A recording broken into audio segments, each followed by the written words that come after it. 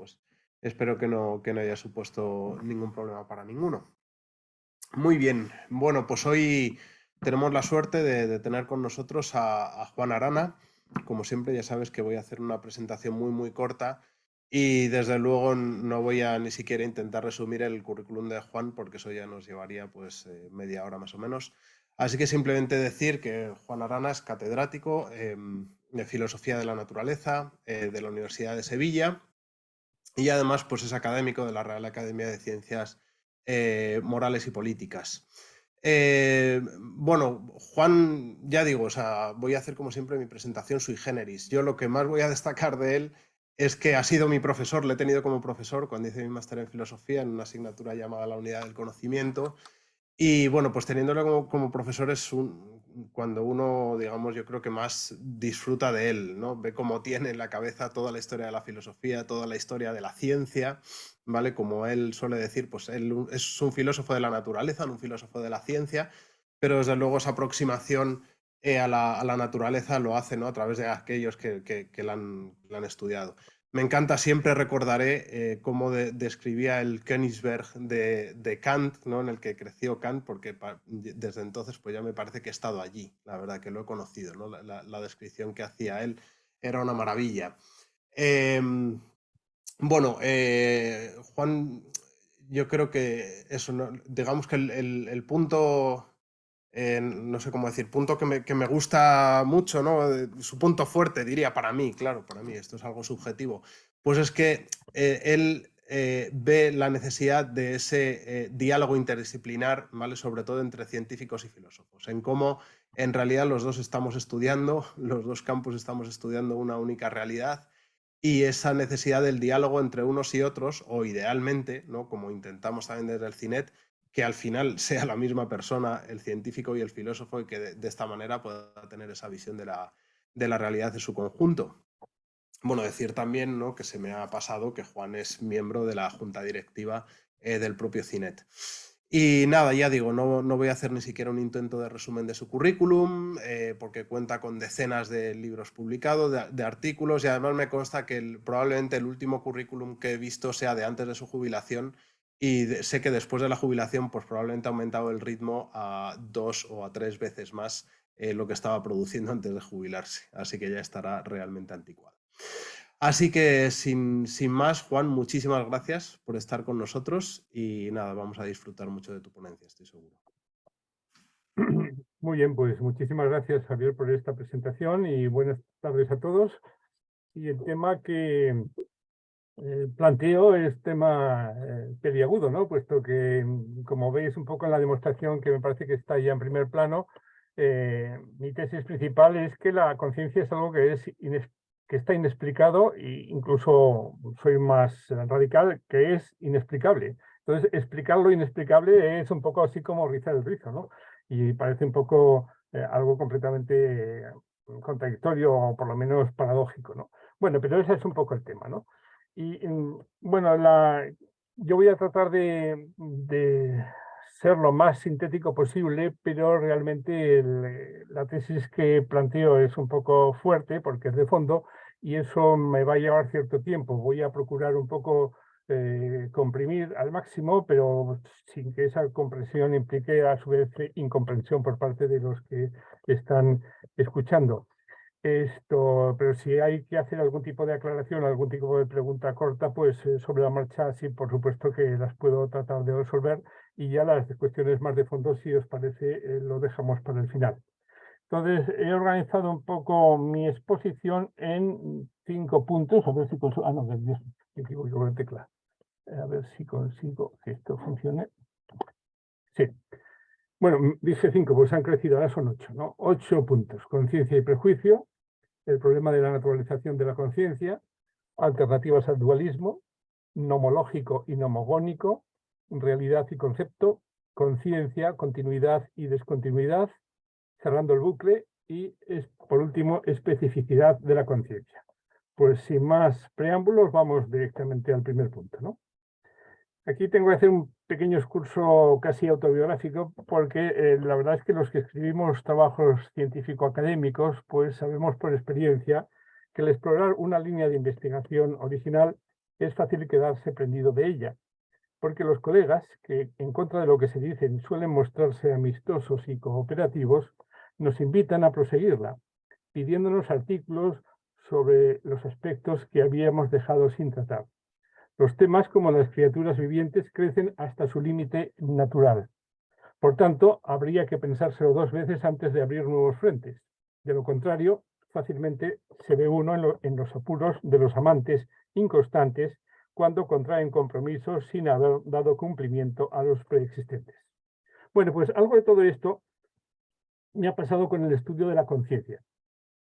Largos años yo me dediqué a la filosofía de la naturaleza. Ahí tenéis muestra de algunas publicaciones que hice, y también a la historia de las relaciones entre ciencia y filosofía. Aquí hay algunos otros ejemplos, ¿no? Mucho quedaba por hacer, aun cuando me dejé tentar por un tema que pertenece a la antropología o a la filosofía de la mente. ¿Qué necesidad tenía de complicarme la vida convirtiéndome en un advenedizo y quién sabe si no en un intruso? La razón principal es que la conciencia no es en mi caso un amor reciente, sino un amor más bien antiguo, casi de adolescencia. Es decir, de alguna manera yo empecé a estudiar filosofía con la idea de acabar un poco en el tema de la mente y el tema de la libertad, en fin, los temas que están íntimamente relacionados con la conciencia. Entonces no había cultivado estos asuntos en su momento como debiera, pero tampoco conseguí olvidarme de ellos. Cuando los de tu generación se ponen las pantuflas y empiezan a dormitar junto a la chimenea, repasa las tareas pendientes y te dices a ti mismo, ahora o nunca. Pues bien, esporeado por esta urgencia, hace no mucho empecé a componer artículos y pronunciar conferencias sobre el problema de la mente y la materia. Ahí tenéis la relación de algunos de ellos. La cosa fue suficientemente bien como para acabar animándome a publicar un libro, este que veis en pantalla, La conciencia inexplicada, que obviamente trata de ser una réplica o un contrapunto a un libro que se titula precisamente La conciencia explicada, del filósofo Daniel Dennett. Bien. Este libro no se convirtió obviamente en un bestseller, pero sí ni siquiera a nivel a las modestas dimensiones de la literatura filosófica, pero sí motivó algunas recensiones y algunas críticas, e incluso dio lugar a que se consagrara un volumen colectivo en una revista filosófica, del que, olvidando cualquier recato yo mismo, fui en parte responsable. Y después también se me pidió que hiciese una presentación más popular, que es este libro que ha salido recientemente, que es La conciencia sin más. Bien. Así he llegado a ser, si no una autoridad reconocida en la materia, al menos un asiduo en los foros domésticos que la tratan. Se me ha sugerido ahora que revise en síntesis los resultados a los que he llegado. Lo hago con gusto, aunque no quisiera caer en la repetición de cosas ya dichas. Sencillamente voy a hacer balance de lo que he conseguido, de hasta dónde me he conseguido aclarar, digamos. No voy a alardear de la erudición poca o mucha sobre la que he apuntalado estos trabajos. Para poder ser admitido en el club de los que discuten sobre la conciencia, leí y anoté bastante literatura, en particular la procedente de las neurociencias. Pero ahora voy a rehacer el camino que he recorrido por atajos para ver un poco cómo se pueden llegar de alguna manera a mis conclusiones, lo cual no quiere decir, por supuesto, que pretenda convenceros o convencerles. Bien, pues mis anteriores intervenciones estuvieron lejos de ser neutrales, cosa, por otro lado, difícil de conseguir en un tema tan controvertido. Los partidarios de las equidistancias deberían buscar otros asuntos para explayarse que el tema de la conciencia. Pues bien, para dejar las cartas puestas sobre la mesa, diré que he razonado contra los que defienden la posibilidad y la conveniencia de naturalizar la conciencia. Entiendo, por supuesto, por naturalizar digamos, el objetivo de hacer una explicación completa de la índole y de las causas de los fenómenos conscientes con los recursos que proporcionan las ciencias de la naturaleza, básicamente la física, la química, la biología molecular y las neurociencias. Bien, pues ahora quisiera tomar un poco de distancia y preguntarme, ¿por qué es tan difícil estudiar la conciencia desde una posición imparcial? Es decir, ¿por qué hay que tomar partido? ¿Por qué hay que declararse casi desde el primer momento naturalista o, digamos, humanista, para no decir simplemente antinaturalista?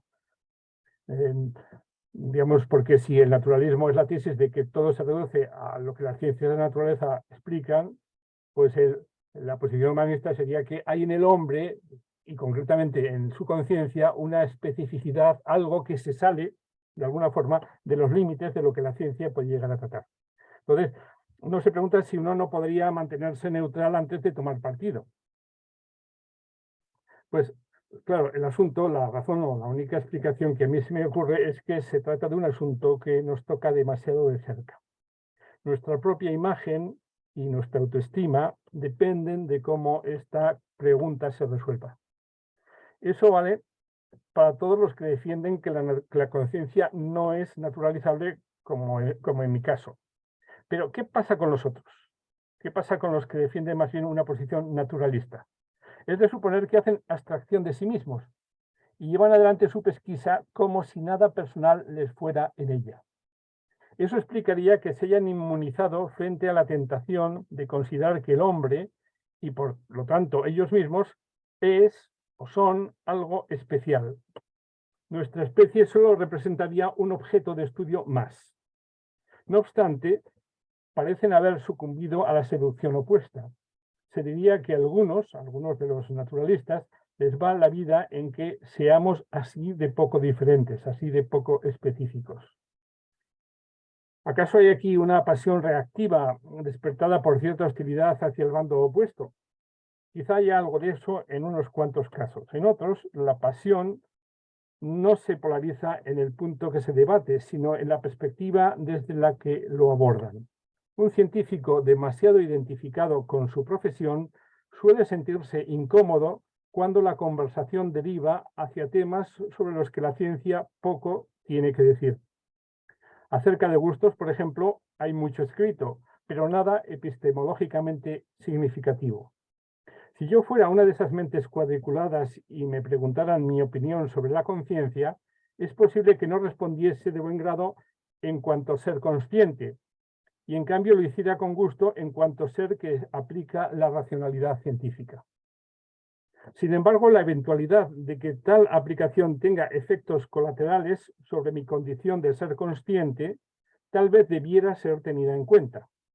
Por poner un ejemplo con cierto parentesco, convendría que quien se dedica a guiar misiles tomara precauciones para evitar que fuera convertida en diana la sala que él mismo ocupa.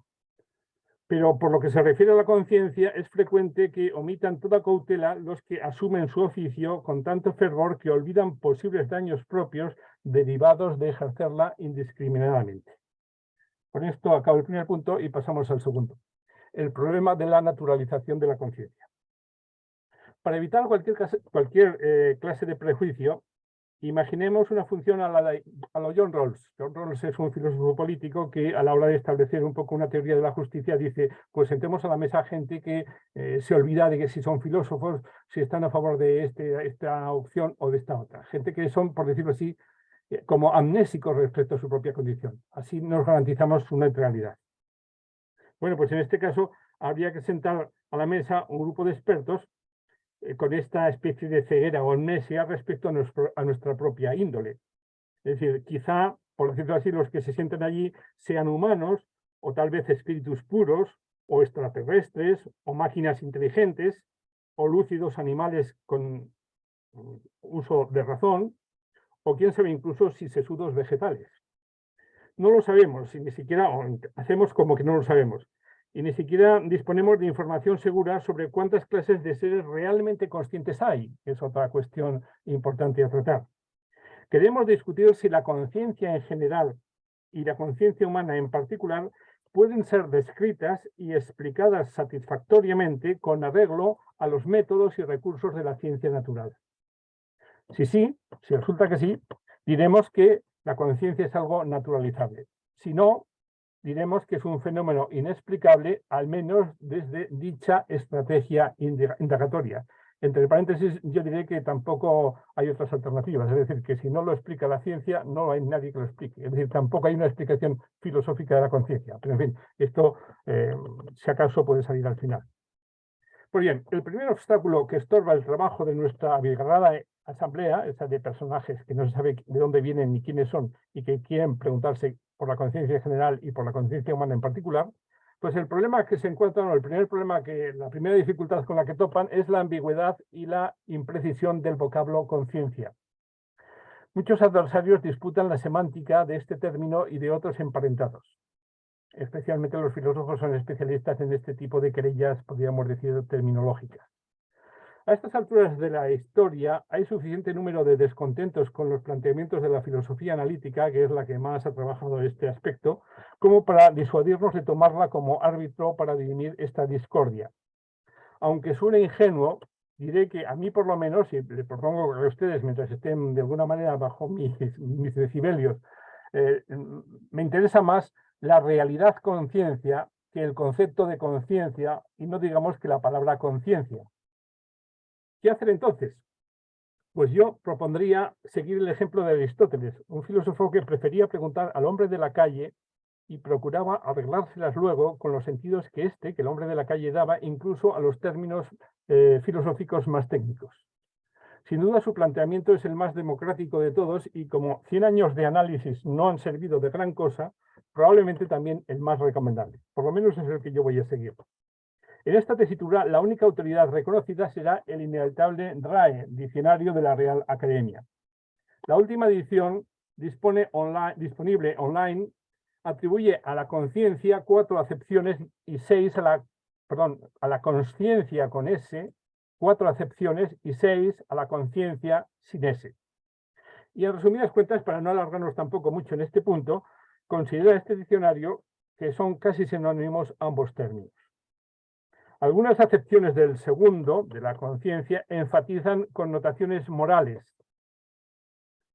otras más bien cognitivas. O sea, la conciencia como algo que nos permite conocer ciertas cosas y la conciencia como algo que guía nuestra conducta, por decirlo de alguna manera más sencilla todavía. Pues bien, estas últimas, las cognitivas, prácticamente monopolizan la versión con S, la versión consciencia. En fin, lo principal que comparten los 10 sentidos registrados es el matiz reflexivo. De un modo u otro, conciencia y consciencia aluden a un conocedor que conociendo se conoce, valga la redundancia, ¿no? Un conocedor que conociendo se conoce, o a un censor ético que juzgando del bien o del mal se autodetermina moralmente. Es decir, también él toma partido por el bien o por el mal que hay que hacer o que hay que evitar.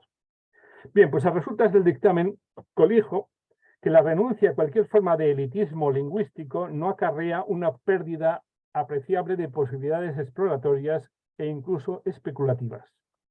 La sabiduría inherente al lenguaje natural nos dice, entre otras cosas, que la flecha de la conciencia o de la consciencia señala hacia adentro, pero renuncia a cualquier habilidad autárquica. Es decir, la conciencia te permite conocer, pero no solamente te permite conocer. O sea, el conocerte es, por decirlo así, como un bonus plus, como una especie de añadido. Es decir, no auspicia la idea de una pura intuición de sí mismo, ni tampoco la de un agente dueño absoluto de sus propias decisiones. La noción de concomitancia es insoslayable en este caso. El que es consciente solo sabe de sí sabiendo de otras cosas. Es decir, aprovechando otro viaje, pues también, de alguna manera, ahí aparezco yo. La conciencia da la posibilidad de obrar contra cualquier norma objetiva, pero no de retorcerla a su arbitrio.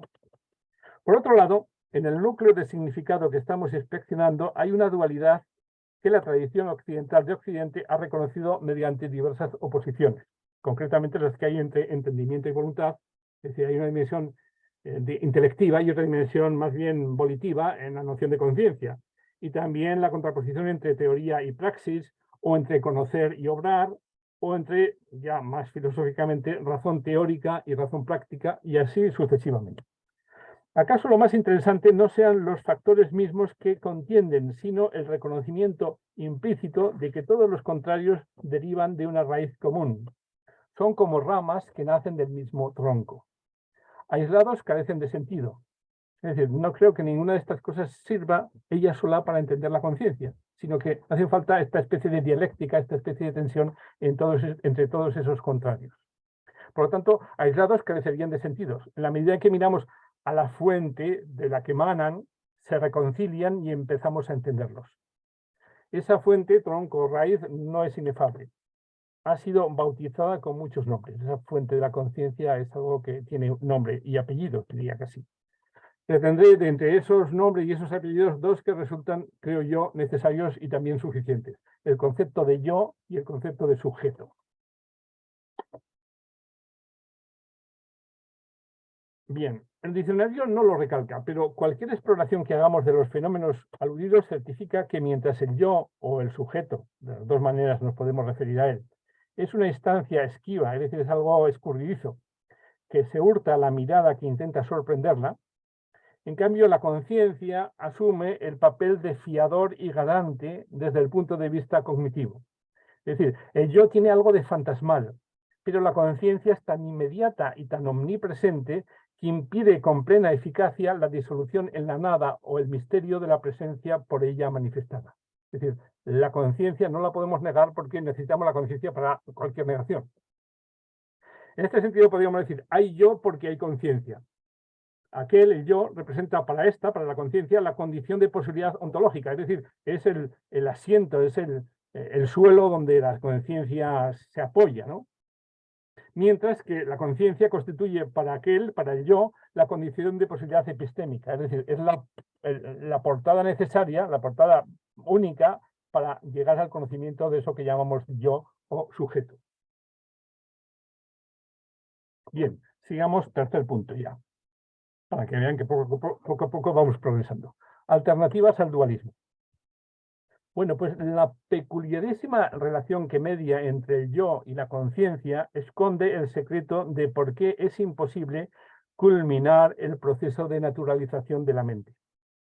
Muchos creyeron que la mente o el alma podrían desembarazarse de su asiduo acompañante, el cuerpo, para formar un ser completo subsistente.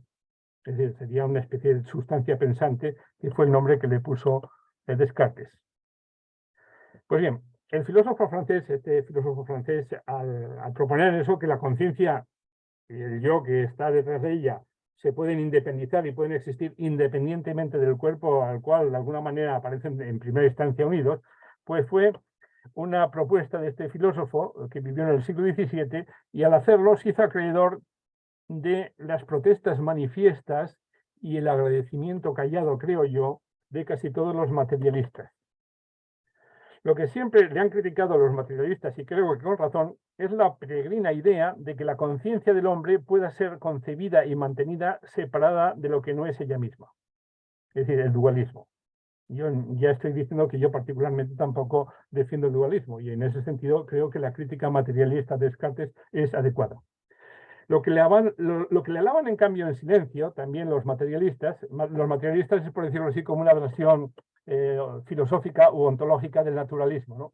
Es decir, el materialista, por lo menos el materialista contemporáneo, es el que dice, bueno, lo único que existe es la materia y la materia es precisamente lo que estudia la ciencia natural, con lo cual, digamos, uno es la versión ontológica o filosófica y otro es la versión epistémica o científica de más o menos la misma idea. Bien, pues lo que de alguna forma creo que le alaban estos materialistas y estos naturalistas contemporáneos en silencio a ese planteamiento cartesiano es precisamente la tesis simétrica, que también la defiende Descartes, de que el cuerpo, la materia o la sustancia extensa, como él le llama, también puede subsistir separadamente. Es decir, el alma, la mente o la conciencia no podría subsistir independientemente del cuerpo, pero el cuerpo sí podrían subsistir independientemente del alma, de la conciencia, etc., ¿no? Y en esto creo que se equivocan tanto Descartes como sus críticos materialistas. En el caso del hombre, tan incompleto es un alma sin cuerpo como un cuerpo sin alma. El espíritu sin materia como la materia sin el espíritu. Lo extenso y lo pensante son abstracciones. Lo primero no menos que lo segundo. La confusión, por otro lado explicable, viene de que al estudiar muchas realidades no humanas, quizá incluso todas, poca cosa se pierde por prescindir de lo anímico. Pero vayamos por partes. Baso mi análisis en la constatación de que nuestro conocimiento de la realidad siempre es incompleto. No tenemos un acceso privilegiado ni exhaustivo a las cosas, y las averiguaciones que realizamos son de calidad objetable, porque carecemos de intuiciones intelectuales, es decir, tenemos una incapacidad de captar directamente la esencia, digamos, la íntima estructura de aquello que observamos, de aquello que estudiamos. Por lo tanto, las intuiciones que tenemos siempre son sensibles, es decir, se basan únicamente en la apariencia, en la costra, en lo que se ve, pero no en lo que realmente es. Los filósofos de la ciencia han estudiado y discutido hasta la extenuación lo difícil que es transformar el contenido de las sensaciones en material lógicamente irreprochable. Sin enfangarnos en la discusión epistemológica, hay base para abrigar la esperanza de que algo acabamos sabiendo sobre el mundo, pero nunca ese algo se convierte en todo y ni siquiera como parte satisface por completo. Así pues, nadie puede erigirse en poseedor exclusivo y pleno de la verdad. El metafísico, desde luego no, pero tampoco el físico. En lo que se refiere al hombre, todos los que lo estudian se quedan a mitad de camino. El anatomista y el fisiólogo, el psicólogo y el neurocientífico, el antropólogo y el fenomenólogo. En fin, en este sentido creo que al final la tesis del gran fisiólogo que fue Dubois-Reymond es de alguna manera de aplicación completa, ¿no? Ignoramus et ignorabimus. Ignoramos e ignoraremos. Hay cosas que siempre se nos van a quedar en el tintero. Si esta es la precaria condición de todas las ciencias y de sus representantes, forzoso es admitir que no estamos legitimados para imitar al bíblico Gedeón. ¿Recuerdan aquel general que se deshizo de la mitad de su tropa para hacer una batalla y se viese más claramente que si conseguía vencer era porque le amparaba un poder sobrenatural? Bueno, pues pasando la metáfora del arte de la guerra al arte del conocimiento, resulta que ningún manantial de conocimiento ni medio para sacar partido de él debe ser desdeñado. Incurrieron en este pecado, creo que en el caso de Gedeón no fue un pecado, sino que realmente parece que Dios le amparaba, pero en nuestro problema es que nadie puede decir, tú no me haces falta, tú no me haces falta. Cualquier ayuda es adecuada. Y por lo tanto, creo que incurrieron en el error de descartar cosas, por decirlo así, de deshacerse de instrumentos, los filósofos a priorísticos, es decir, los filósofos racionalistas que prescindían olímpicamente de la ayuda de los sentidos externos, es decir, despreciaban la experiencia y se quedaban solamente con la especulación. Pero creo que también se equivocaron los que, proclamándose empiristas, hicieron ascos a la introspección psicológica, porque la introspección psicológica es al fin y al cabo una experiencia, aunque sea una experiencia, por decirlo así, personal e intransferible. Creo que, a pesar de estas características de ser algo personal e intransferible, a través de la experiencia externa, porque todos podemos ver tal cosa o todos podemos sentir calor o frío y cosas así, pues creo que es insensato, a pesar de esa limitación, arrojarla al cubo de la basura cognitiva. Sin duda sería preferible que la introspección de cada individuo pudiera ser contrastada en directo con la del prójimo. Entonces podría ser homologada y asimilada a lo intersubjetivo, que es el procedimiento que tienen los científicos y en general todos los que conocen para asegurarse de que, a pesar de que nuestras sensaciones son solamente nuestras, las podemos de alguna manera comunicar y compartir con otros sujetos. Bien, pero si fuese por pedir, también convendría, es decir, los empiristas que desdeñan la introspección dicen, no, solamente me quedo con la experiencia externa porque esa es la única que es contrastable. Bueno, pues claro, pedir que toda experiencia sea contrastable es una petición, pero puestos a pedir también convendría que las percepciones sensibles tuviesen la universalidad y la necesidad que que tienen las leyes del raciocinio. Así sí se podría hacer una ciencia verdaderamente sólida y bien trabada. En casi todos los frentes tenemos que echar a andar con representaciones particulares y contingentes. Es decir, vemos parte de la experiencia, pero no toda la experiencia posible. Y siempre la vemos con un cierto riesgo de si no nos hemos equivocado, de si teníamos bien limpias las gafas, de si el telescopio estaba ajustado adecuadamente, etcétera, etcétera, ¿no? Pero al fin y al cabo no hay otro remedio. Y para lo que tiene que ver con la conciencia, pues la única opción es bregar con las experiencias intransitivas, es decir, experiencias que no se pueden comunicar, experiencias que son personales intransferibles. Bueno, pues peor sería carecer incluso de este tipo de experiencias. La razón pura solo produce combinatorias perfectamente coherentes. Sus afirmaciones son huecas por dentro. Cuando la fecundamos a la razón pura con la experiencia, resulta la maravilla que llamamos ciencia natural, que sin embargo no está ni mucho menos hecha a prueba de genios malignos.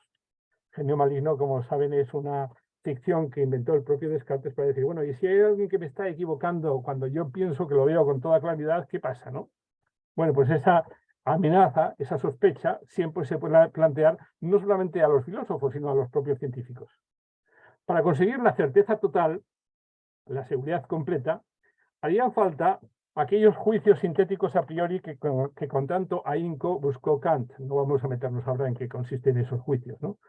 Pero simplemente diré que de la existencia de tales juicios, por decirlo así, que son sintéticos, es decir, que son creativos, que aumentan el conocer y que son a priori, es decir, que son independientes de la experiencia, que son puramente racionales, pues yo particularmente, que en este sentido soy más bien partidario del empirismo, pues descreo de que existan. Simplemente sería bueno que existieran, pero lamentablemente es muy probable que no existan. A falta de contenidos apodícticos, es decir, completamente seguros, la posibilidad de contrastar unas percepciones subjetivas con otras faculta para obtener juicios que no pertenecen a ningún sujeto en particular, sino que más bien corresponden a la comunidad que todos ellos fundan. Y aquí surge sociológicamente lo que llamamos ciencia. Entre lo disponible es lo que más se parece a lo objetivo. La transmutación de percepciones externas subjetivas en representaciones tentativamente objetivas constituye el fenómeno más importante que existe dentro del mundo del conocimiento.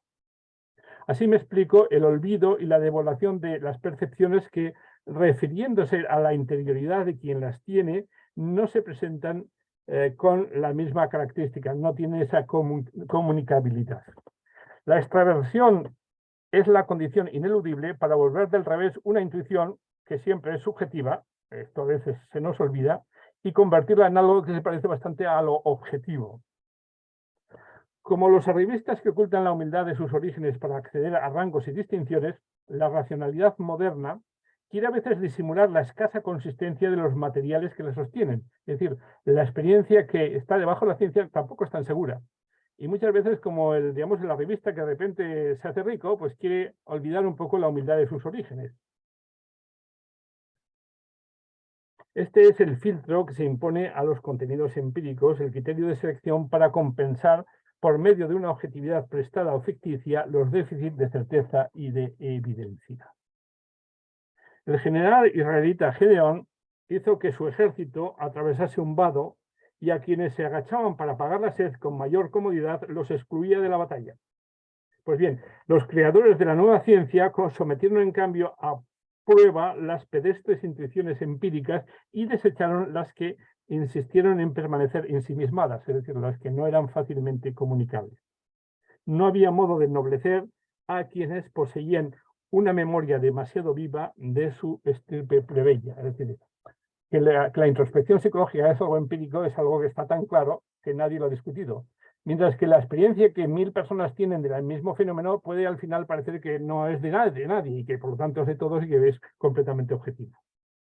Bueno, pues no creo que por esta especie de discriminación a que han sido sometidas las introspecciones haya que acusar de snobismo a la ciencia moderna.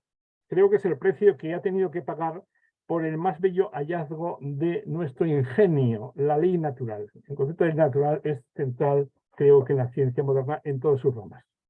En este concepto se decanta la quinta esencia del proceso de exteriorización de los materiales subjetivos que dan pie a la propia ciencia. La física antigua lo explicaba de otra manera. Lo explicaba todo con el concepto de naturaleza, es decir, mediante un principio inmanente se suponía que los cuerpos tenían una naturaleza y de esa naturaleza se explicaba todo lo demás. La física moderna, en cambio, se apoya a algo que está dentro de los seres que mudan, pero que no forma parte de su sustancia, es decir, no propiamente su naturaleza, sino más bien la ley, porque la ley no pertenece a los cuerpos, sino a la naturaleza. Naturaleza que ha dejado de ser propia de los cuerpos, de los, digamos, de los sujetos que están sometidos a ella, porque ahora es más bien de sí misma. Ha tenido lugar un proceso de expropiación sin que el bien confiscado haya cambiado de ubicación. Es decir, sigue estando, la ley sigue estando donde estaba, solo ha cambiado el título de propiedad. Antes la naturaleza era del objeto, era del cuerpo, era del viviente. Ahora, en cambio, es la clave de la explicación proporcionada por la ciencia. Con toda justicia llamamos naturalización a lo que ella hace. La ley natural lo que hace es que se fija en lo que tiene de igual aquello que a primera vista parece diferente. Rescata la unidad sin tener que negar la diversidad. Es en lo sucesivo, lo múltiple no hará más que reafirmar una y otra vez lo uno que era desde el principio. Es decir, la ley que siempre estaba por debajo. En todos los casos que la verifican, la ley encuentra cumplimiento y reafirma una identidad constante. Todos los sujetos que están sometidos, todos los súbditos de una ley, pues son de alguna manera, en cierto modo, en eso se parecen, en eso son iguales. Y en eso precisamente es lo que se fija la ciencia. Bien. Punto 4. Nomológico y nomogónico. Naturalizar, por consiguiente, es lo mismo que explicar por medio de las leyes de la naturaleza. Y de paso, negar cualquier factor irreductible que aspire a ser relevante. Es decir, todo tendría que estar explicado por las correspondientes leyes naturales. Así pues, si se pudiera naturalizar la conciencia, no se nos quitaría nada, pero sí la propiedad de cualquier rasgo que quisiéramos reivindicar como inalienablemente nuestro. Es casi un signo de los tiempos que corren, cuando la artesanía perece a manos de la producción en masa, la industria se deslocaliza, los comercios tradicionales se convierten en franquicias y las experiencias únicas se clonan mediante aplicaciones informáticas capaces de ser reiniciadas a voluntad. A todo esto me he referido en mi libro con el adjetivo de nomológico. Es decir, todo lo que es nomológico es todo aquello que se puede explicar por completo mediante la aplicación de una serie de leyes naturales.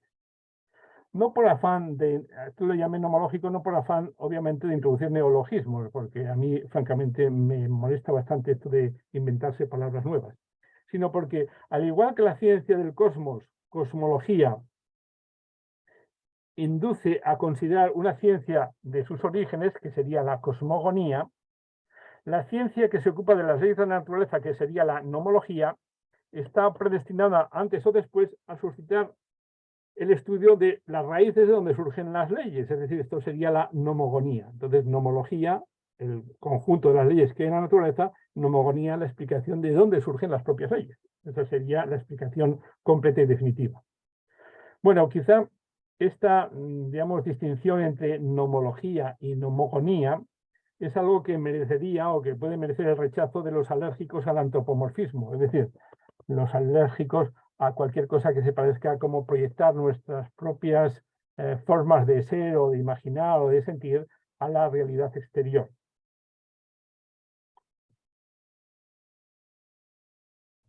Pero, sin embargo, creo yo que esta acusación de antropomorfismo, es decir, de trasladar un poco digamos, la metáfora jurídica al mundo de la ciencia y del conocimiento de la naturaleza, creo que no es tan condenable, puesto que creo que el buen naturalista debiera saber que no es indispensable la presencia de un legislador para que haya nomogénesis.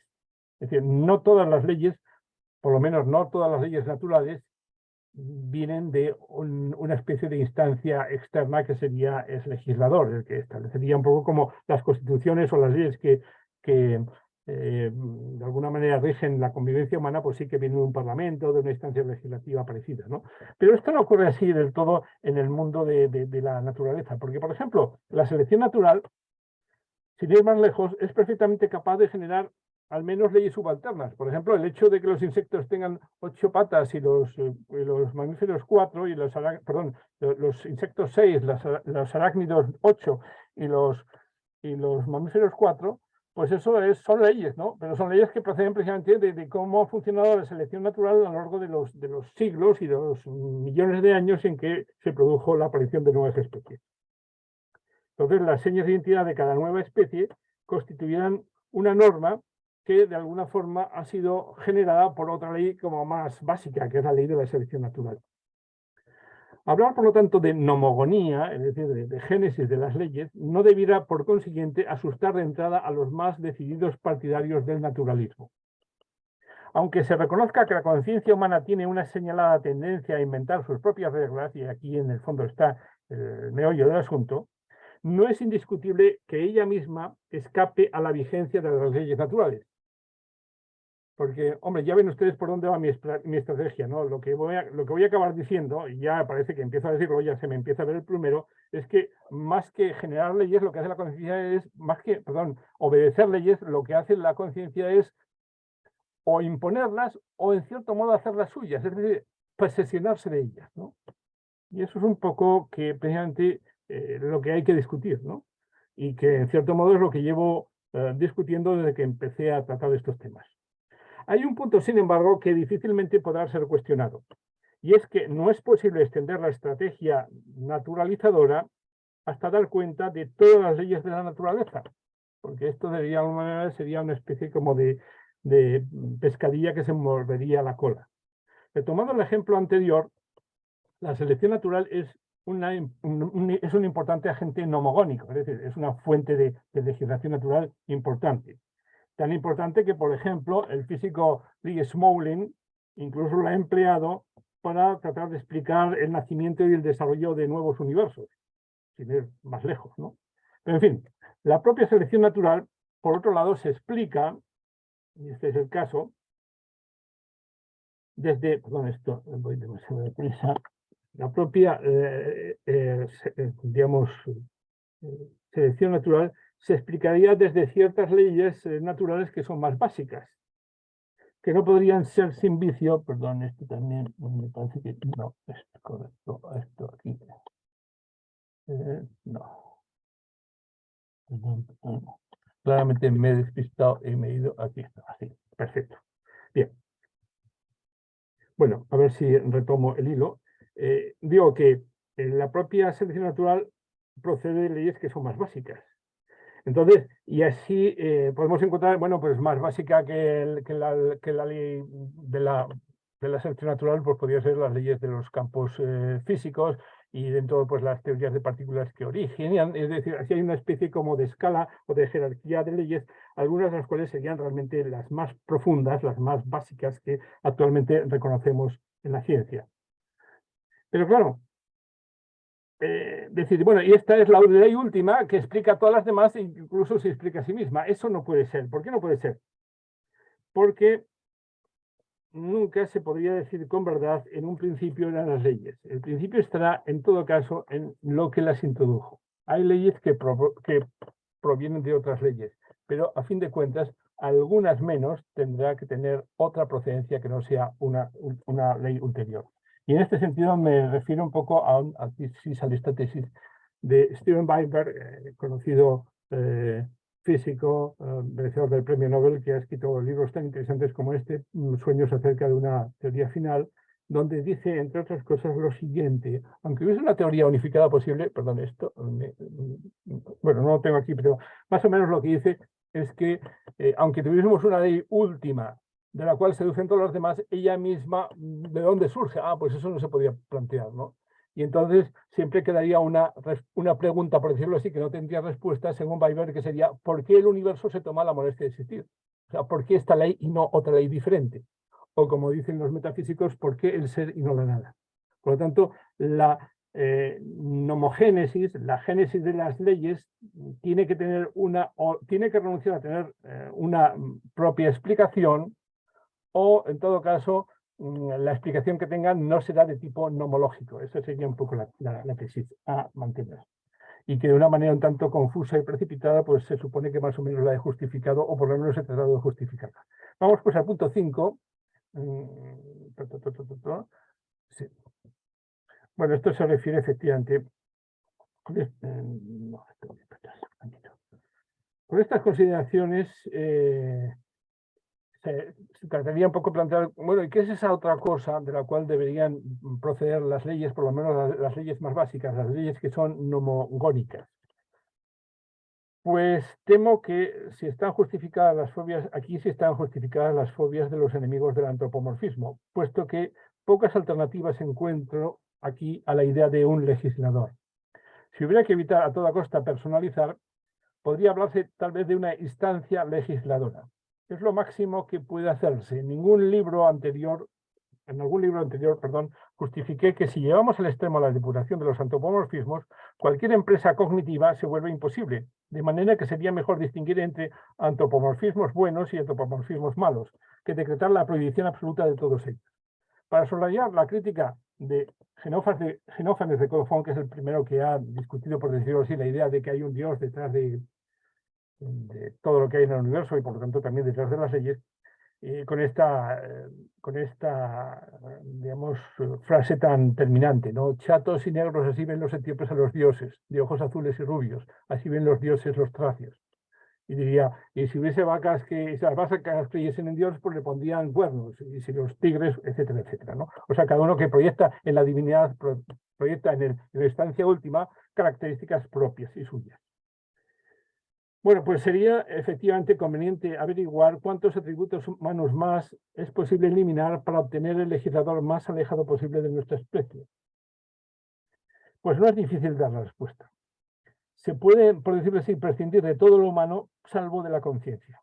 Algún tipo de conciencia, por decirlo así, no tiene que ser humana, de hecho puede ser tan inhumana como se quiera, o tan divina como se desee, es imprescindible, puesto que todo proceso nomogónico, no derivado de leyes previamente vigentes, requiere capacidad de representarse en las alternativas vigentes, es decir, capacidad de discriminar entre esta ley y esta, más allá, lo que hace un legislador para, al final, proponer y de alguna manera estatuir por la que le considere más adecuada, más conveniente, etcétera, etcétera, etcétera. Por lo tanto, se supone que hay que ser consciente de las posibilidades a elegir a la hora de hacer una elección. Por lo tanto, se trata de encontrar la más eficaz, la más económica, la más simple, la más directa, en resumidas cuentas, la mejor. Bueno, pues con estas consideraciones, efectivamente, creo que se ha podido quedar acreditado que la conciencia general puede dar lugar a leyes y en este sentido es más fácil que ella naturalice a que sea naturalizada. Conviene, sin embargo, examinar más de cerca si un entramado de leyes suficientemente sofisticado no sería capaz de producir no la conciencia en general, que es de lo que hemos hablado hasta este momento, pero sí al menos la conciencia humana en particular. Aunque no sea mi propia opción teórica, voy a procurar prestarle a esta opción toda la asistencia argumentativa que esté en mi mano. Si a algunos de los que me escuchan se les ocurre una fórmula más conveniente, pues le agradeceré mucho que me lo comunique. Como estamos hablando del Homo sapiens, tendría que bastar el entramado de leyes que está, es decir, vamos a ver si por lo menos podemos explicar desde las leyes la conciencia humana, ya que no la conciencia en general, y sobre todo la conciencia que puede haber detrás de todo el entramado de leyes que hay en el universo, ¿no? Entonces, bueno, pues estamos hablando del Homo sapiens, y por lo tanto, el conjunto de leyes que nos podrían explicar la conciencia humana, pues tendría que estar, digamos, no sería otro que el entramado de leyes que está vigente en este universo y concretamente en el brazo de la Vía Láctea que nosotros concretamente habitamos. Si en la galaxia de Andrómeda hay otras leyes, bueno, eso ya no nos importa tanto. Pero como no hemos acabado aún de desfrutarlo por completo, digamos, el conjunto de leyes que tienen validez en este universo, pues vamos a prestarle alas a la imaginación y daremos por bueno cualquier conjunto de leyes concebible, siempre que consiga generar vivencias conscientes y lejanamente parecidas a las nuestras. Ahí sí que nos vamos ya al punto 5, realidad y concepto. Hay que matizar, sin embargo, que no basta con asegurar que sin duda lo consigue el cerebro humano con el apoyo eventual del tronco encefálico, por la sencilla razón que expresiones tales como cerebro, sistema nervioso, soma, etcétera, designan de un modo impreciso cierta realidad que está encerrada dentro del cráneo y no presuponen necesariamente que se vayan a ceñir a las cláusulas legales contempladas por la ciencia natural. Es decir, una cosa es el cerebro real y otra cosa es el cerebro que hemos conseguido explicar. Cerebro que tiene esa dimensión nomológica, que obviamente es lo que explota la ciencia natural. Pretender que el cerebro, sin más especificaciones, genera la conciencia, en realidad es una afirmación que apenas dice nada, puesto que apunta indiscriminadamente a una porción de realidad que solo hasta cierto punto ha sido naturalizada. Es decir, como no se ha conseguido naturalizar todo el cerebro, todo lo que ocurre en el cerebro, por decir que el cerebro produce conciencia no es naturalizar la conciencia, sino es más o menos ubicarla nada más. Puede muy bien ocurrir, o podría muy bien ocurrir, que lo que se denota, es decir, el cerebro, contenga, además de la parte objetiva que contempla la ciencia, la parte subjetiva que se le escapa. Por decirlo de un modo grosero, al extraer la glándula cerebral de su alojamiento, para hacer el famoso experimento de los cerebros en una cubeta, puede que también arrastremos sin darnos cuenta algún homúnculo, espíritu, alma o quién sabe qué otra cosa. La apuesta, en otras palabras, es decidir si la conciencia es una prestación esperable del cerebro en la medida en que el cerebro trabaja con leyes físicas, químicas, biológicas, bioquímicas, lógicas, algorítmicas, etc. Es por tanto insuficiente señalar que el fenómeno está correlacionado con la activación de descargas neuronales en tales o cuales regiones y vías nerviosas, con un determinado número de descargas por segundo, con la apertura o cierre de determinados canales iónicos en el cuerpo celular de las neuronas o en su axón, con la liberación, captación o recaptación de este o de aquel neurotransmisor en la sinapsis, etcétera, etcétera. No estamos preguntando por la topología de la conciencia, por el dónde, ni satisface nuestra curiosidad una somera descripción anatómico-fisiológica de los tejidos orgánicos asociados a ella.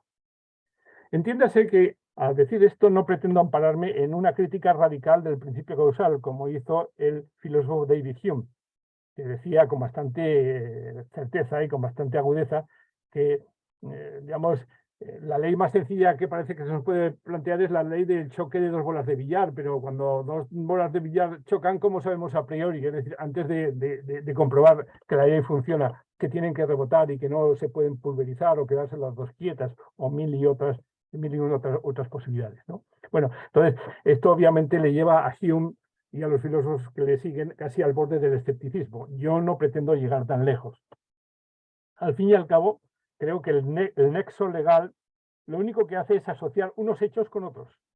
Es decir, lo que dice una ley natural es que si se dan tales circunstancias, entonces hay tal probabilidad de que se den estas otras consecuencias. Esto es lo que dice una ley natural básicamente. Y en lo que se refiere a la conciencia humana, está claro que cuando el cerebro no funciona adecuadamente, la conciencia desaparece o se distorsiona de un modo grotesco.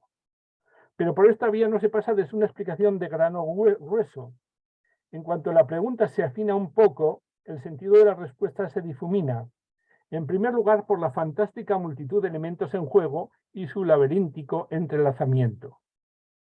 Todas las dificultades que limitan la capacidad explicativa de la ciencia natural parecen conspirar para enconar el misterio. Es decir, cuando estudiamos el cerebro de cerca, pues fenómenos caracterizables a la suma, aparecen fenómenos que son caracterizables a la suma por ecuaciones no lineales. Hay sensibilidad a las condiciones iniciales, hay procesos termodinámicos alejados del equilibrio, hay indeterminaciones cuánticas, etcétera, etcétera, etcétera. Una verdadera pesadilla para cualquier investigador de la vieja escuela determinista. Y aquí tenemos algunos testimonios, ¿no? Por ejemplo, Damasio, naturalmente me gustaría poder decir que sabemos con seguridad la manera por la que el cerebro se mete en el asunto de producir la mente, pero no puedo, y siento decirlo, nadie puede. O Edelman, ¿no? Edelman. ¿Qué ocurre en el cerebro cuando tenemos una... A mí, las ventanitas me impiden... A ver si consigo... Así. ¿Qué ocurre con el cerebro cuando tenemos un pensamiento? Pese a los avances de la neurociencia, no podemos ocultar el hecho de que todavía no sabemos la respuesta a esta pregunta con suficiente detalle. Algunos dirían incluso que la respuesta es no tenemos ni la más remota idea. Y un tercer testimonio, el de Francis Crick, en el libro precisamente que dedicado al tema, titulado La búsqueda científica del alma, acaba diciendo en la página 314. Lo decepcionante es que en el momento de escribir estas líneas no parece haber un conjunto de ideas tales que encajen convincentemente como para poder elaborar una hipótesis neuronal detallada que nos dé el tufillo de que es la correcta. Si a usted, lector, le da la impresión de que me estoy abriendo paso en la selva, está en lo cierto. Bien, pues efectivamente, esto es algo que reconocen los más entusiastas partidarios de la naturalización, como los tres autores que acabo de citar. De manera que sus esperanzas se adentran más en el terreno de la fe a medida que abandonan precisamente el de la apuesta racional. Bien, pues no sería justo evaluar las dificultades que impiden el cumplimiento del programa naturalista como meramente fácticas, pero aún quedan otras vías para acreditarlo. Es decir, si les exigimos a los naturalistas una demostración fehaciente de cómo surge de la actividad cerebral, de la actividad neuronal, la conciencia, pues dicen que no se puede. Pero bueno, entonces pues ya hemos ganado. No hemos ganado todavía los que nos oponemos a al modelo naturalista, porque hay otros medios, si no de demostrarlo, por lo menos de acreditarlo, porque con demostraciones como las matemáticas, pues la verdad que no se hace mucha ciencia. La ciencia está basada, en cierto modo, en el riesgo, y en ese sentido también yo creo que hay que admitir un cierto riesgo por parte de un filósofo naturalista o de un científico naturalista cuando afirma el carácter estrictamente natural, físico, de la conciencia. Entonces, ¿cuáles son esos procedimientos alternativos para validar la tesis naturalista? Pues el primero no es particularmente sutil, pero posee cierta contundencia. Aunque sean remotas las perspectivas de explicar los fenómenos conscientes desde las leyes que gobiernan la trama físico-química de la vida, ¿acaso existen otras alternativas más prometedoras? Es decir, si nosotros no podemos, mucho menos pueden los demás. Bueno, hay que decir que tampoco yo las veo, pero para convertir esta consideración en argumento tendría que ser algo obligado a explicar la conciencia. Mi tesis es justamente la contraria. No hay necesidad alguna de encontrar un porqué a la conciencia. Un universo repleto de misterios sería insufrible, pero otro privado por completo de ellos tampoco habría forma de soportarlo. Si por fuerza hemos de convivir con algún enigma, no se me ocurre una candidatura mejor que el de la conciencia. Los naturalistas más solventes, como por ejemplo el propio Endelman, pero aquí son todos unánimes, confiesan que no hay en todo el orbe conocido objeto más complejo que el cerebro humano. Por ejemplo, aquí tenemos esta afirmación de Edelman. Cuando se considera a la vez este soberbio arreglo celular, la microanatomía o morfología cerebral, el número de células contenidas en el cerebro y las reacciones químicas que allí se desarrollan, está claro que se trata del objeto material más complejo que hay en el universo. Lo cual significa que si hay en el universo, en todo el universo, algún misterio, pues lo más lógico es que esté justamente en esta estructura tan hipercompleja. Bien, todavía hay una larga lista de interrogantes por resolver en la agenda de la ciencia. Nadie debería sorprenderse si el hard problem, como le llamó el filósofo Chalmers al tema de la conciencia, diciendo que es el problema difícil, mientras que todos los demás, el problema de la memoria, de la percepción, de la afectividad, de la inteligencia, son soft problems, son problemas, por decirlo así, suaves, con los cuales no hay demasiado problema de partirse los dientes. Pero con la conciencia, la verdad es que sí. Aceptando que esto sea así, todavía cabría objetarme que el secretismo con que adorno la conciencia es un expediente defensivo bastante dudoso. Muy típico de los espíritus oscurantistas, añadiría quien desee rematar la jugada con una pequeña zancadilla. Pero en realidad la chanza particularmente no me desconcierta, porque defiendo que la conciencia es concepto refractario a la explicación, no porque me guste la oscuridad, sino porque creo que es más propio de ella iluminar que ser iluminada. Convertirla en efecto de otra causa es como demostrar la verdad de un postulado. Los hay que admiten el expediente, es decir, siempre se puede demostrar un postulado, pero no todos los postulados se pueden demostrar. La tarea de convertir en axiomas los teoremas los axiomas en teoremas tiene que llegar sin falta a un punto muerto, so pena de convertirse en razonar en una tarea inacabable. Y de nuevo, si en algún sitio hay que ubicar un motor inmóvil, un principio no principiado, un axioma indemostrable, ¿dónde mejor que allí donde la riqueza formal de la materia se vuelve superlativa? Por esto pasamos al punto sexto: conciencia, continuidad y discontinuidad. Bien, suponiendo que estos argumentos se admiten o por lo menos se declaran que merece la pena discutir sobre ellos, todavía creo que le quedaría al naturalista un arma persuasiva que, a mi juicio, es bastante eficaz y creo que es la más eficaz que tiene, de hecho. Creo que el naturalista que me conceda lo que hasta ahora yo he tratado de argumentar, me podría de alguna manera decir que yo transformo la conciencia en algo así como la clave de bóveda del universo, cuando se trata de un fenómeno cotidiano, cuya exclusiva ni mucho menos es evidente que corresponda a la raza humana. Es decir, que la conciencia es algo bastante trivial, bastante cotidiano y bastante general, y que por lo tanto tampoco parece que de entrada pueda ser el misterio de los misterios. Aquí, por supuesto, salen a relucir las proezas de los delfines, las habilidades de los bonobos y hasta las destrezas de los córvidos. La Scala Naturae, con todo su esplendor, desplegando todas sus posibilidades en casi perfecta continuidad. Muchos humanistas, hay que decir, que muchos de los que supone que están en mi parte de esta discusión, aceptan la idea de que formas primitivas o parciales o incompletas de conciencia se dan en los animales, al menos en los que llaman superiores, aunque aquí podemos un cierto clasismo también tienen, diría yo. Las plantas, en cambio, no suelen verse favorecidas con un reconocimiento parejo. Hay quien cree que así se humaniza un poco el universo, o al menos se pone coto a la pretensión materialista de explicarlo todo. Ni siquiera la naturaleza, en particular la naturaleza viva, podría ser explicada por completo con los presupuestos mecanicistas. Bueno, hay que decir que en esto soy más mecanicista, o más materialista, o más naturalista que la mayor parte de la gente que defiende o que se opone a la idea de la conciencia como algo completamente explicado, ¿no? Porque yo sí creo que no es que todo está explicado en los demás campos, pero sí que no hay dificultades de principio para explicar todas las demás cosas. Por eso me sorprende el cúmulo de simplismos y desinformaciones que esconden estas actitudes.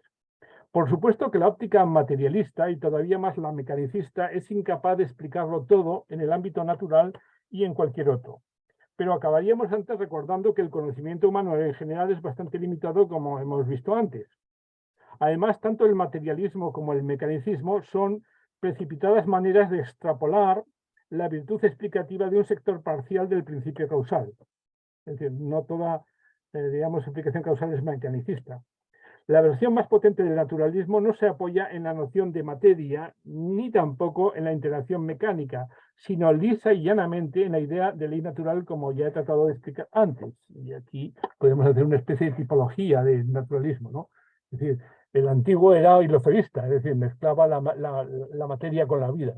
Después ya vino el naturalismo renacentista, el naturalismo mecanicista, que es el propio del siglo XVII, naturalismo electromagnético, que es el del XIX, naturalismo evolucionista también del XIX, y actualmente teníamos el naturalismo nomológico con todas sus formas, neodarwinista, holista, etcétera, etcétera, etcétera. Bien.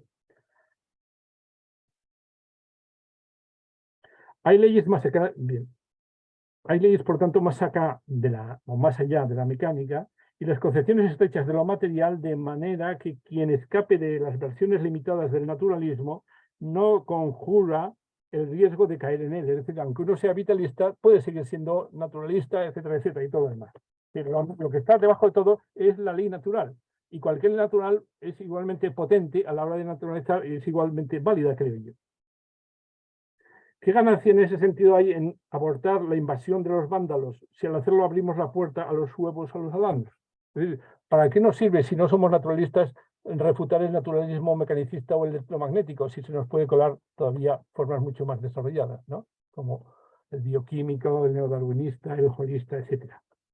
Bueno, pues sin embargo creo que lo más cuestionable de todo es diseñar de un modo coherente un concepto de conciencia que admita versiones primitivas, parciales o incompletas.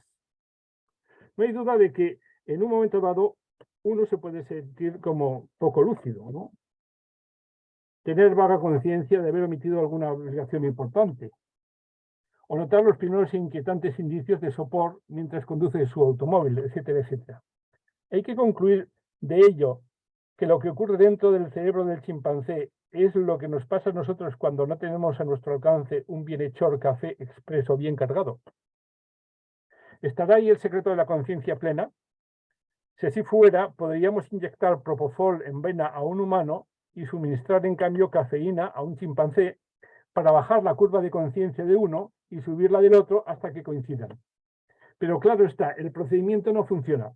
Se diría que habitamos esferas disjuntas. Borges, Jorge Luis Borges, considera precisamente que mientras nosotros, los humanos, estamos en el tiempo, ellos, los animales, incluso los chimpancés, se ubican en la eternidad, lo que excluye toda posible comunidad y contacto, también entre nuestras respectivas conciencias. En este sentido lo he puesto incluso en verso. Has admitido desde esa eternidad que ya es olvido el amor de la mano recelosa. En otro tiempo estás, eres el dueño de un ámbito cerrado como un sueño. Aquí, por decirlo así, Borges, digamos, amplía el abismo o hable una fosa imposible de salvar entre el animal y el humano. Y esto me interesa para ver si algo parecido se puede decir respecto a la conciencia animal, respecto a la conciencia humana. Bien, pues sin embargo, claro, me dejo arrastrar por mi preferencia y doy por demostrado lo que debo en realidad justificar, sino demostrar. No pretendo reservar en exclusiva la palabra conciencia para nuestra especie. Me parece legítimo, por ejemplo, decir que mi perro es consciente de que le estoy mirando y que eso precisamente es lo que le impide dar cuenta del apetitoso filete que hay sobre la mesa. La tesis que defiendo es que su conciencia es distinta de la nuestra. En el libro que dediqué al asunto llamé conciencia intencional a la que está al alcance de todos los entes capaces de reaccionar a una información o dato, y conciencia autoconsciente a algo que en realidad es muy diferente. La clave de distinción está en la dualidad extraversión-introversión, donde el dentro, que señala la autoconciencia, no es obviamente el interior del cuerpo, sino la inmanencia de lo subjetivo, es decir, el interior del yo, si quieren ustedes. Esa intimidad inalienable que el naturalista Daniel Dennett llamaba, en cambio, el teatro, con cierto sarcasmo, bueno, con claro sarcasmo, el teatro cartesiano. Es algo, creo yo, que esa conciencia autotransparente, esa autoconciencia, es algo que se tiene o que no se tiene. Carece de sentido especular con una subjetividad a medio hacer. Es un poco como aquella adolescente que les dijo a sus padres con un poco de temor que estaba un poquito embarazada. Pues no, ese estado o se tiene o no se tiene. No hay pasos intermedios. Si la conciencia autoconsciente supone una vuelta sobre sí, el giro que tiene que ser completo. No basta con una inflexión de 90, 180 o 270 grados. Tales retornos parciales son, por supuesto, factibles, pero hasta que se cierra el círculo no se alcanza el umbral de la autoconciencia. Explicar cómo la discontinuidad puede surgir de la discontinuidad no es algo tan difícil, incluso hay modelos matemáticos para ello. De hecho, la teoría de catástrofes de René Thom modeliza bien esta conjunción de continuidad y discontinuidad. Uno incluso está tentado a recordar la lógica dialéctica y sus saltos de la cantidad a la cualidad. Un solo grado más, medio grado, un cuarto, y de súbito desaparecen los extremos de la curva, se levanta la invisible barrera, cambiamos de dimensión, emergemos a un plano ontológico diferente. Punto 7, ya vamos acercándonos al final, cerrando el bucle. La discontinuidad, por consiguiente, no está reñida con la continuidad, y aunque la transición pueda parecer insensible cuando nos movemos en el entorno crítico, la lejanía que esconde esta proximidad queda perfectamente reflejada en los versos que antes cité de Borges. Conviene insistir en que no se trata de dar curso libre a las metáforas. El quiz está en la sutil trama de una realidad que sabe recubrir con piel uniforme órganos que sería absurdo confundir por el hecho de ser adyacentes. Ha cometido precisamente un error de este tipo, creo yo, Douglas Hofstadter, cuyo extenso libro Yo soy un extraño bucle, intenta lo más difícil todavía, hacer que la conciencia intencional se retuerza sobre sí para devenir conciencia autoconsciente. Veamos cómo lo propone. Recuérdese que hay que entender la conciencia intencional del modo más amplio posible. En principio, ni siquiera requiere que quien detente conciencia intencional, tenga una capacidad de representación. Basta con que tenga aptitud para ser afectado por aquello que se refiere a lo que se refiere su intencionalidad, su intención, y que dicha afección desencadene algún tipo de respuesta. Un ejemplo que le gusta a Hofstadter y que yo acepto perfectamente es el del termostato. La intencionalidad del termostato apunta a los cambios de temperatura. Cuando superan el umbral de conciencia, reacciona abriendo o cerrando un circuito eléctrico. Esto sería una conciencia meramente intencional. Es perfectamente, por supuesto, naturalizable. En el caso del termostato lo es de entrada, puesto que de lo contrario no sería tan sencillo construir artefactos que cumplen a la perfección sus funciones. Hay muchísimos casos de conciencia intencional, también en el campo de la biología. Ahí tenemos el caso de un calentador, bueno, simplemente que... por supuesto, esto se da también en el caso de la biología, pero sin ir más lejos, pues hay artefactos que cumplen por completo estas funciones, ¿no? La pregunta interesante, por lo tanto, es si ascendiendo en la escala de la complejidad podríamos conseguir que a partir de meras conciencias intencionales conseguir genuinas conciencias autoconscientes. Hofstadter piensa, y en esto estoy de acuerdo con él, en que la ruta más prometedora pasa por los fenómenos de retroalimentación. O sea, cuando el estímulo que desencadena la respuesta proviene de alguna manera del mismo agente que la genera. El caso más sencillo de retroalimentación consiste en conectar el termostato a un climatizador. Su conciencia intencional repercute sobre sí porque la respuesta modifica el estímulo, que a su vez modifica la respuesta, y así sucesivamente. Este es el bucle típico que configura el repertorio de la conciencia intencional. Hay un bucle, realmente hay una vuelta sobre sí. Consigue este bucle hacerse autoconsciente. A primera vista, a mí me parece, y supongo que a todos, que la pretensión parece excesiva. Hay desde luego una autorreferencia, pero tan pobre y tan ramplona, que resulta poco verosímil elevarse de aquí, tras algunas reiteraciones, a algún monólogo interior del Ulises de Joyce, por poner un ejemplo. ¿Qué falta para conseguirlo? Monologar sí está a su alcance. Lo problemático es precisamente la interiorización. Nadie debiera escandalizarse de que se compare el termostato con la ameba con la orquídea y la orquídea con la jirafa. Tampoco hay que prohibir comparar la jirafa con el hombre, si dejamos a un lado el pequeño asunto discutido. Al fin y al cabo, cuando nos ponemos a tiritar de frío, se pone en marcha en nuestro cuerpo un automatismo seguramente más intrincado, pero categorialmente situado en el mismo nivel que el termostato del frigorífico. Es decir, somos termostatos vivientes o termostatos unidos a la calefacción. El temblor brillante es lo que nos calienta, lo que intenta calentarnos, en cierto modo, ¿no? Bien. En los dos casos hay un bucle informativo, pero en ambos el círculo no consigue cerrarse sobre sí en el plano de la conciencia intencional. Es decir, no necesito que mi conciencia, que es la que genera ese temblor, es un automatismo, es una especie de arco reflejo o cosa parecida, ¿no? Es decir, el círculo se cierra, por decirlo así, fuera de la conciencia, fuera de ella, por medio de la producción de unos efectos externos a la propia conciencia, aunque luego esos efectos reviertan sobre ella, gracias a que compatibiliza la conciencia la condición de agente y paciente de acciones causales.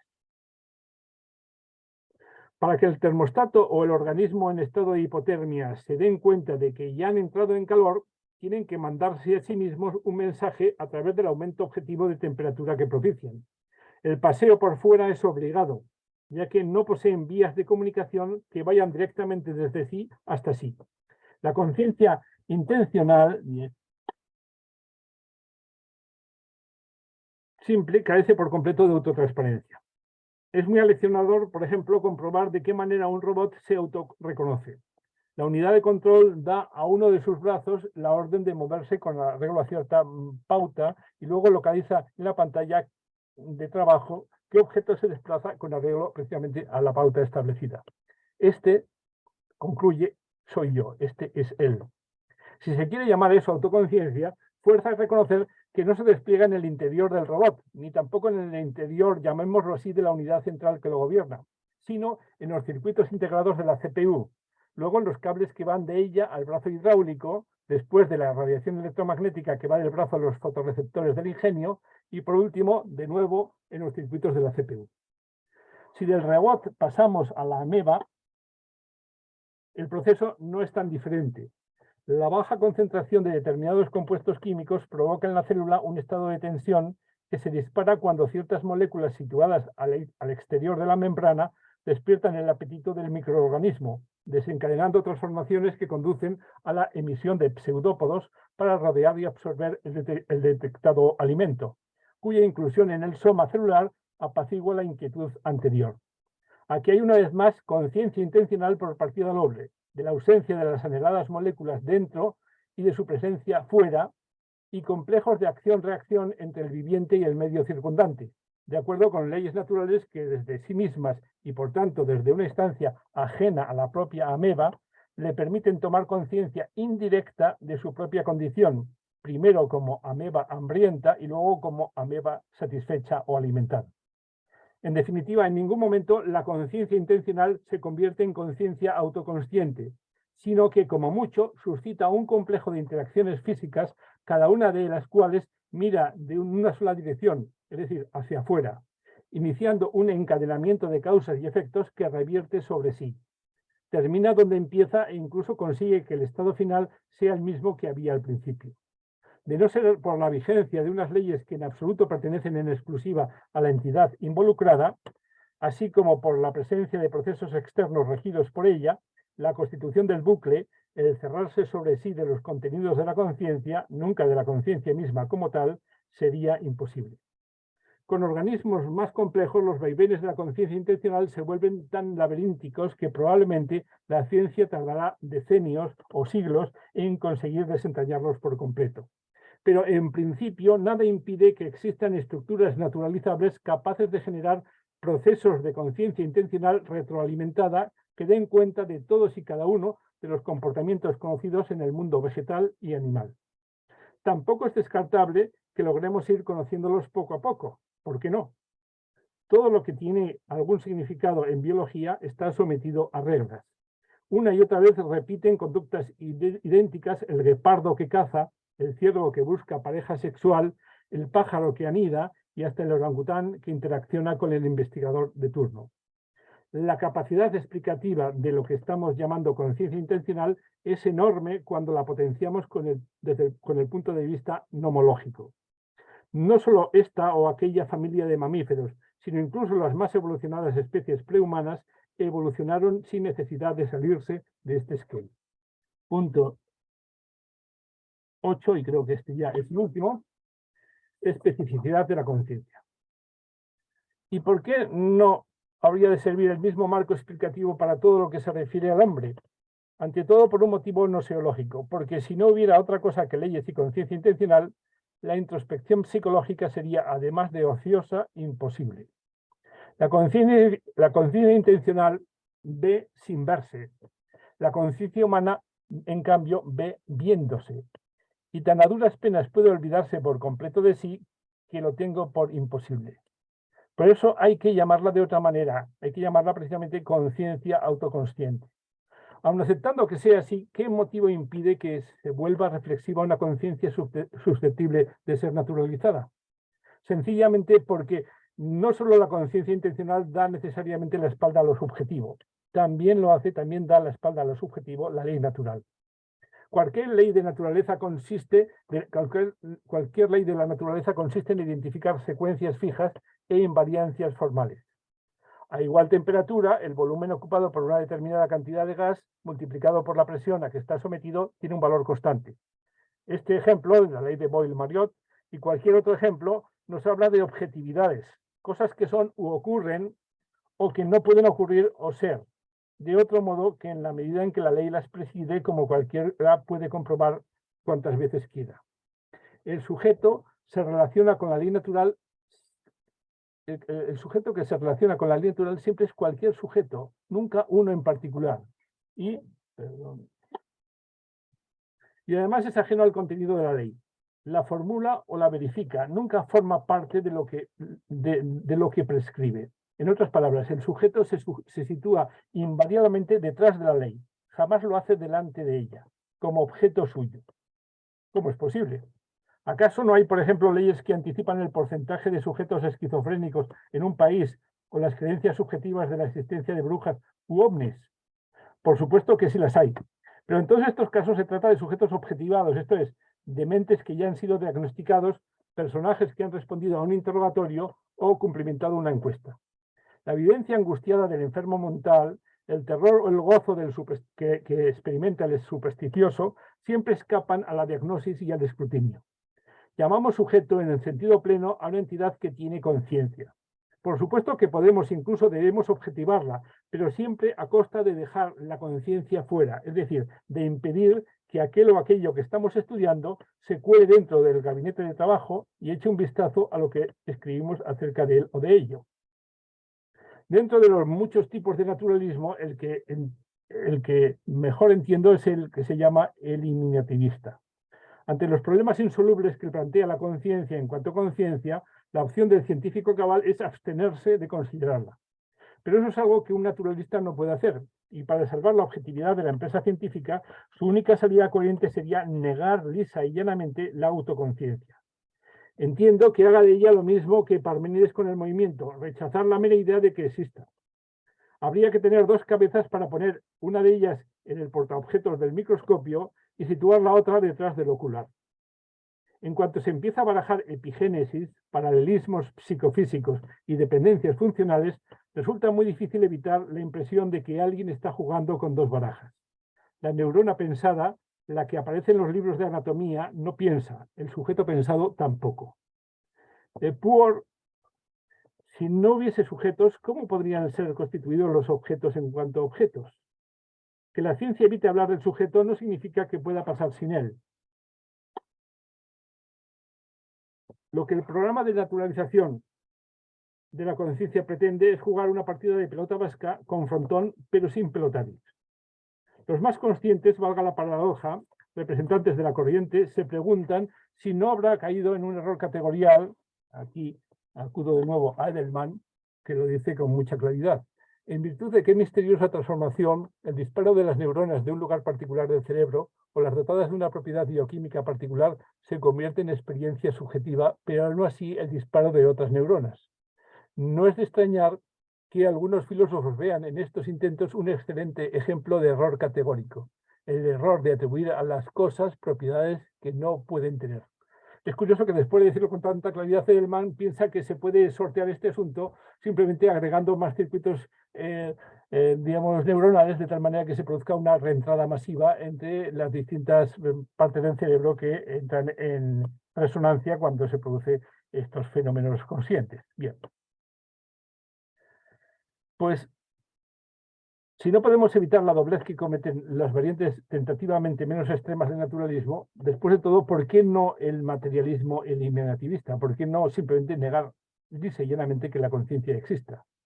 La gran fuerza que le asiste a los que toman esa actitud, a los materialistas puros y duros, podríamos decir, es que pongamos donde pongamos la frontera entre los seres dotados de conciencia y los privados de ella, el salto aparente de unos a otros no es muy grande, apenas supone un mínimo paso visto desde fuera. No obstante, tampoco la astronomía de Copérnico explicaba el principio mucho más el movimiento de los planetas que la de Ptolomeo. Aquí tiene un esquema donde se ve ambas astronomías y no eran tan diferentes desde antes, tenían epiciclos, tenían excéntricas, se parecían bastante. Pero a pesar de que a primera vista eran muy semejantes, realmente eran completamente distintas. En una estaba el centro, la Tierra, y en otra estaba el centro del Sol. Solo más tarde se evidenciaron las ventajas de cambiar de paradigma en ese sentido.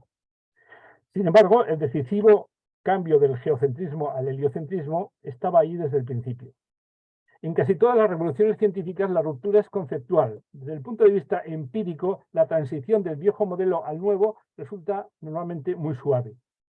Así ocurre también con la mecánica newtoniana y la relativista para velocidades pequeñas en comparación con la de la luz, o con la mecánica clásica y la mecánica cuántica para poblaciones numerosas de casos.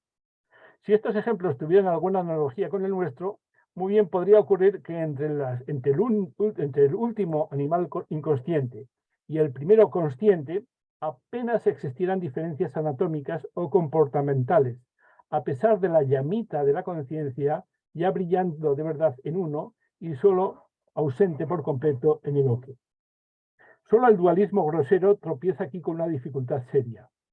Que una sustancia exclusivamente extensa o material tenga que coordinarse con otra exclusivamente pensante o espiritual resulta de entrada traumático. Generará inevitablemente tensiones y cambios bruscos. No ocurre igual si las sustancias se condujeron durante eones como súbditas sumisas de la legislación natural, hasta que un buen día, una de sus formas más desarrolladas, que se movía en el límite entre lo que el esquema legal causal puede dar de sí, inició muy oscura y lentamente una trayectoria diferente porque encontró la forma o recibió el don de ubicar una parte, al principio mínima de sí, encima de la legislación natural que hasta entonces la había gobernado en exclusiva. Sin que a primera vista cambiara nada, existió a partir de entonces la posibilidad de cuestionar esquemas rígidos de conducta, probar alternativas, decidir en función de uno mismo y no solo de patrimonios heredados. Ese más allá de la ley natural que por siglos y siglos siguió coexistiendo con dinamismos físico-químicos, reflejos instintivos, etc., fue y es el germen de la conciencia. No hay forma de naturalizarlo, pero en definitiva, ¿qué importa? En este sentido, discrepo por completo de Kubrick y del autor